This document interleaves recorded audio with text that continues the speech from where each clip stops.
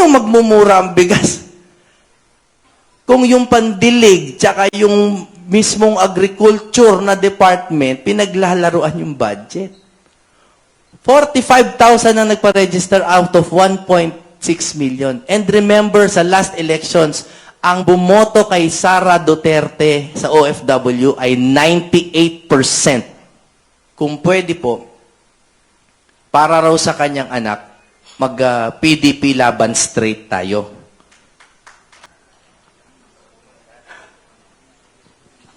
Good afternoon po. Ako po si Attorney G. Tatayo ako. Hindi niyo yata ako makita. Dito, no? Ayoko dyan. Papakantahin ako dyan, eh. Alam ko na yan, eh. Dito, no? Magandang hapon po. Ako po si Attorney Jimmy Bondoc. Una sa lahat, nagpapasalamat po kay Mayor Acosta for inviting us here. I understand lahat po tayo PDP laban dito, no? Are we all PDP? Okay. So it's good so we can talk about specific party issues so that we can strengthen our party. Una po sa lahat, I'm sure ang lahat sa inyo dito mga original na Duterte. So, you don't mind if I speak. Talagang ako kasi Duterte ako. Duterte ba tayong lahat? Okay. Okay lang ba sa inyo may parinig muna ako na kanta sa inyo? Hindi ako kanta, may paparinig lang ako na kanta sa inyo. Is that okay? Sige po. Yung aking assistant nandito yata, ano? Sige, nung kinuha po kasi si Tatay Digong sa atin, I'm a lawyer now, but I'm still a musician, no? And I was inspired to write a song called Ibalik Nyo si Tatay Digong. Many people think that this is just, parang drama-drama. Pero para sa akin po, ginawa ko itong awitin na to to remind the world of our sovereignty. Ang Pilipinas po ay bayan na may kasarinlan. Hindi naman tayo saklaw ng ICC o ninuman. And I think we should remind ourselves, if not through law, then through song. At the very least. So I would like to share this with you, my PDP brothers, hoping you will appreciate the message. Pakilakas na lang. Ibalik nyo si Tatay Digong.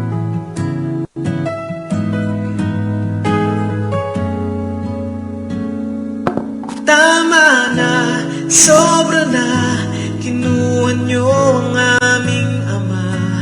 Tama na, sobra na, hindi nyo ba nadarama? Si Digong ay naglingkod lang ng tapat.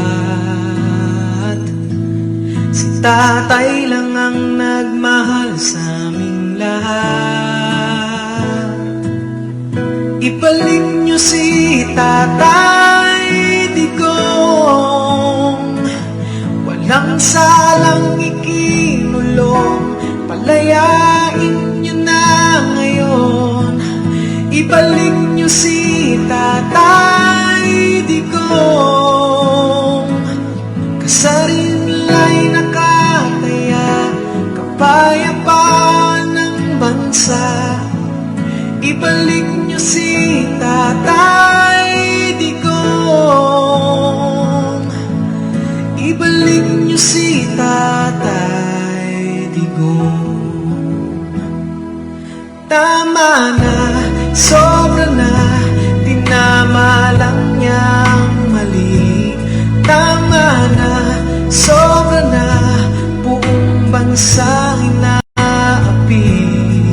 Si Digong ay naglingkod lang ng tapat. Si Tatay lang ang nagmahal sa aming lahat. Ibalik nyo si Tatay Digong, walang salang ikinulong, palayain nyo na ngayon.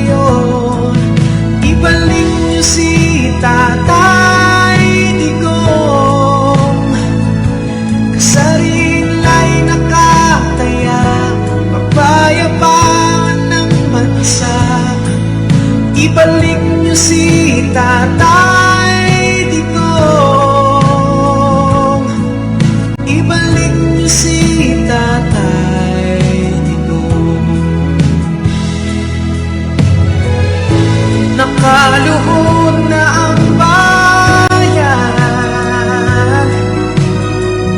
lalo niyo pang sinasaktan.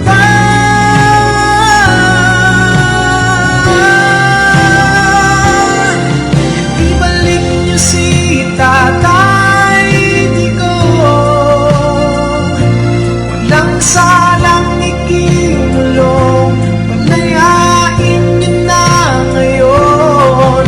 Ibalik niyo si Tatay Digong, kasarila'y nakataya, kapayapaan ng bansa. Ibalik niyo si Tatay Digong, ibalik niyo si Tatay Digong, ibalik niyo si Tatay Digong, ibalik niyo si Tatay Digong.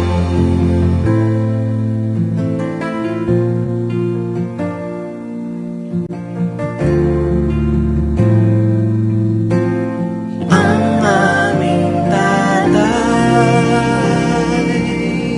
Digong.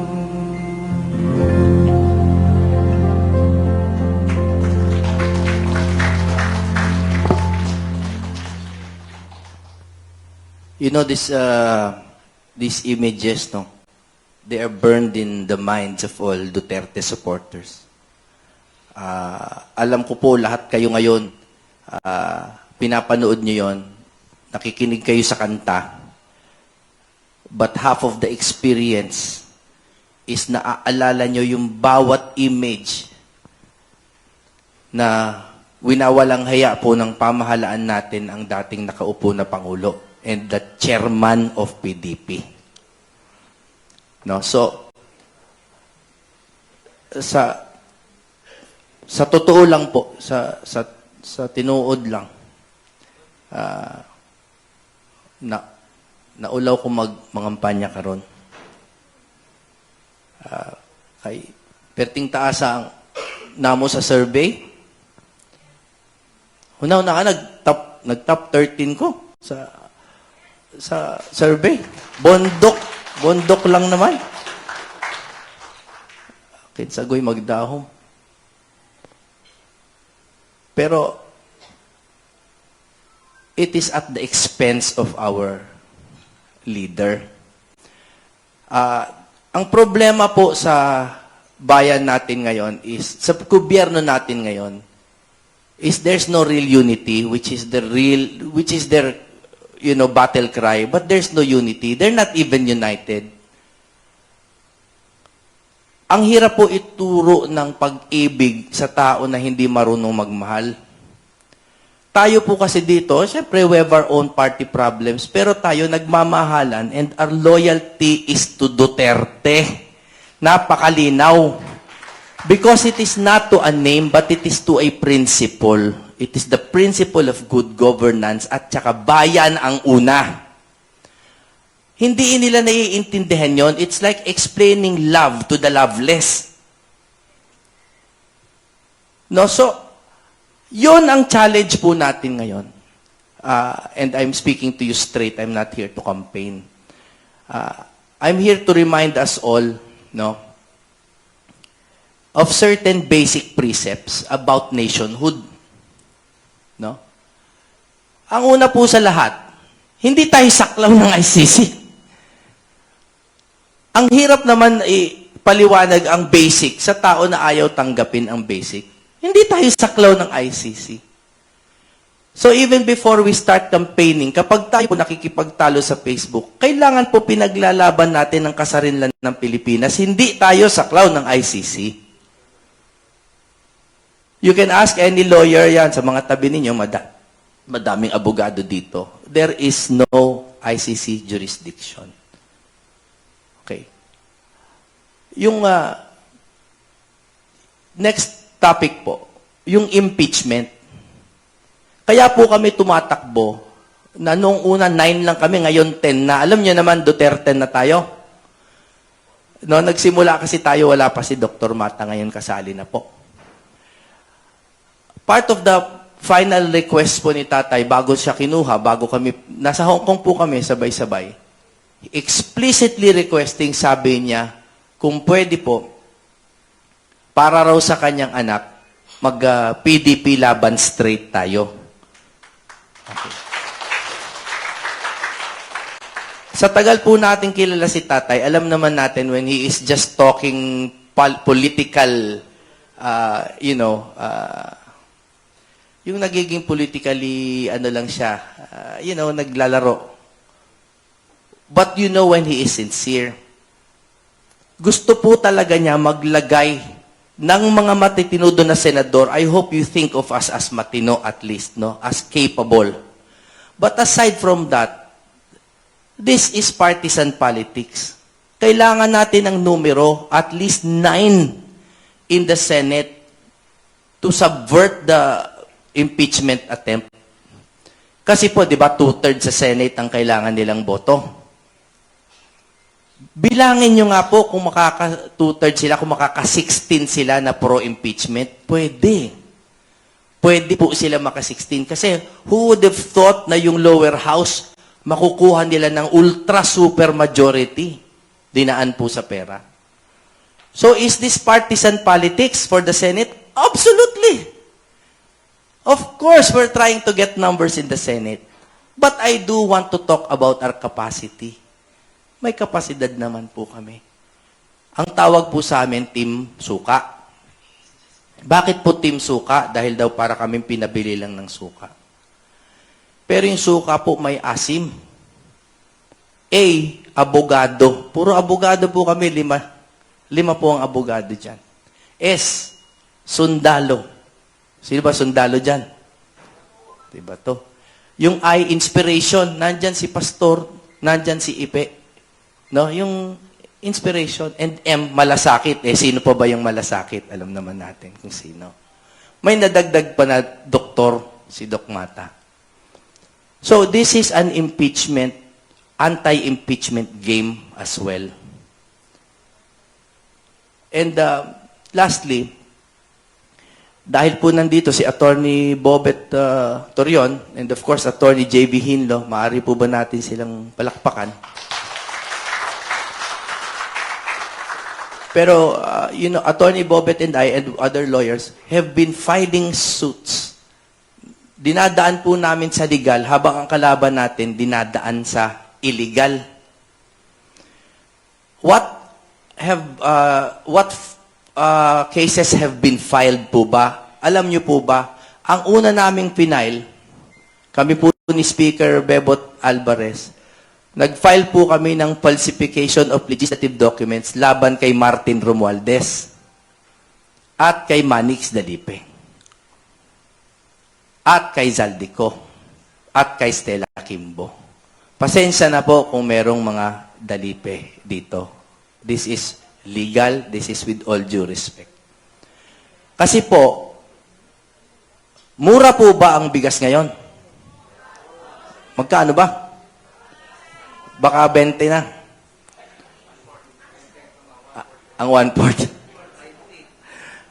Baka yung gasolina, mura na. Okay na ba yung mga irrigation nyo dito? Irrigation? Wala din.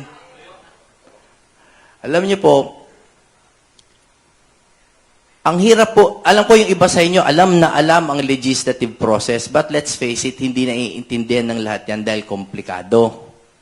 Batas po yan, di ba? Gagaling sa lower house, exclusively ang budget. Iaakyat sa Senado. Pag may konting difference, i-harmonize sa isang komite, bicameral. Wala namang problema doon. Pero yung BICAM report na yan, kailangan po ibalik yan sa dalawang bahay para makita nila ulit. Hindi na po dumaan sa kanila. At ang nangyari, bumaba na lang sa lower house, hindi na nakita ng buong plenary, may mga blanco, walang budget. Masama yon, pero illegal ba yon? Hindi pa din. Eh kung gusto nila siruhin that is congressional discretion, prerogative. Ang problema, pag akyat niya sa presidente for signature, may laman na 241 billion.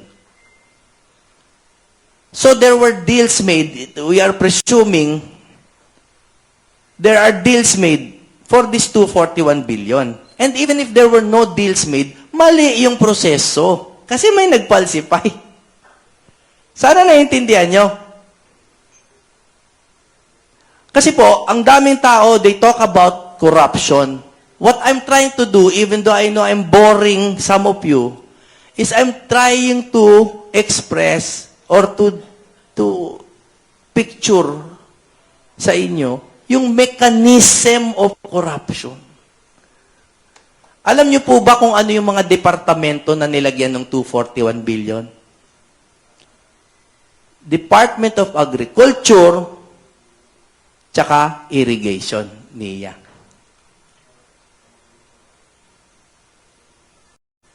Connect the dots. Paano magmumura ang bigas? Kung yung pandilig tsaka yung mismong agriculture na department, pinaglalaruan yung budget. That's what we're trying to fight against. So, let me make this short. I know I might be boring you. Ang sinusubukan ko pong sabihin, nilalagyan ko po ng karne yung inyong desisyon na mag-PDP laban straight. Kasi po, lahat tayo, anti-corruption. And we keep looking at the small departments, kung paano ititigil ang corruption, fixer, ganyan. Hindi naman yan ang ugat ng corruption. Ang fixer, ano na lang yan small time. O sasabihin nyo, yung mga big time na contractor, corruption, okay, corruption pa rin yan. Pero ang pinagsimulan, and let me end with this, budget. Budget po, budget. Yung budget po, at the inception pa lang, nanggagaling pa lang sa Kongreso, nakatali na, nakapalsipay na, nakaparti-parti na sa mga pamilya. And how do you stop that? May parliamentary immunity, tapos merong BICAM, tapos may mga desisyon ng Supreme Court that is parang may presumption of regularity, yung kanilang pag-prepare ng budget. No? Let's welcome Attorney Vic Rodriguez also. Nakasali naman namin sa filing sa isa pang bagay. Can I talk about one more issue? Do you mind? Do you mind? One more, ha? Kasi I'm happy, hindi niyo ako pinapakanta. Kasi wherever I go, talagang gusto nila magkakakanta lang ako. Ang huli po namin final na kaso, which I hope Attorney Bobet Torion will explain later on in full, is about paano tayo dadayain sa eleksyon. Kindly raise your hand if you have strong suspicions na dadayain ng eleksyon. Okay.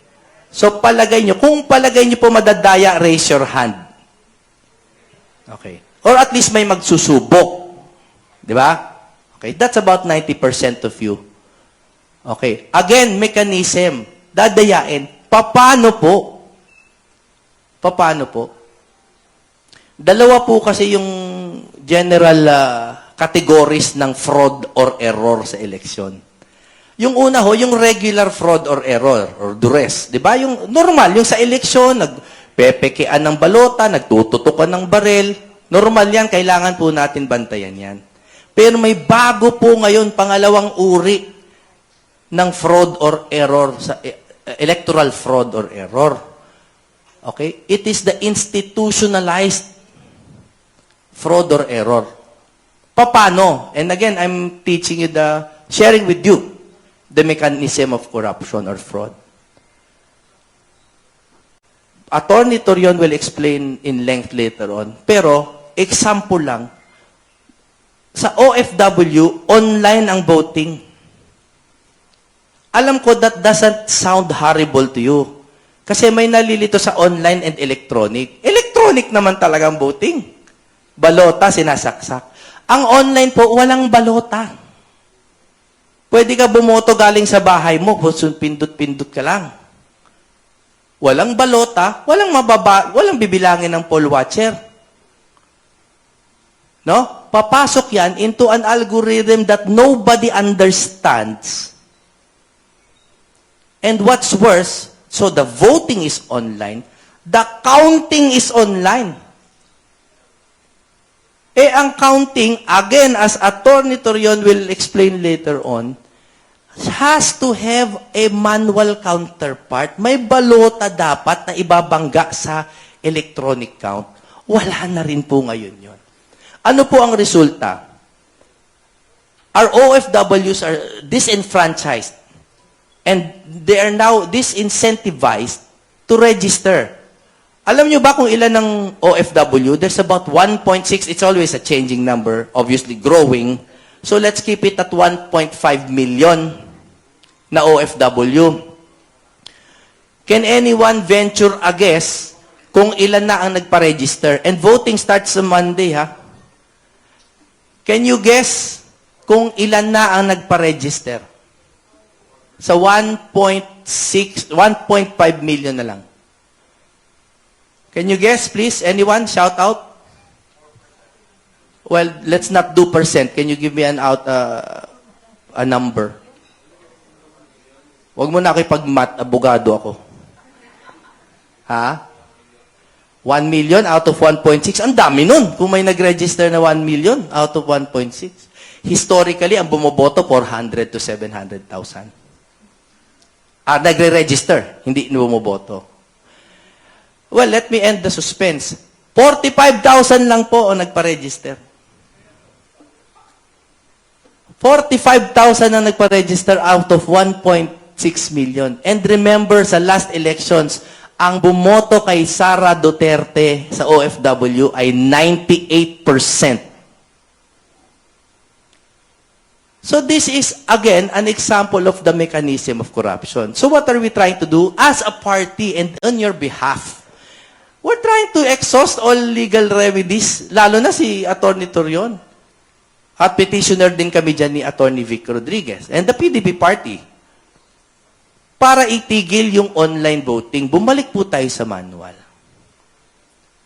Ang dami pang i-explain sa inyo ni Attorney Torion later on, but I don't want to use up too much of your time. In parting po, una po, nagpapasalamat po kay Mayor Acosta.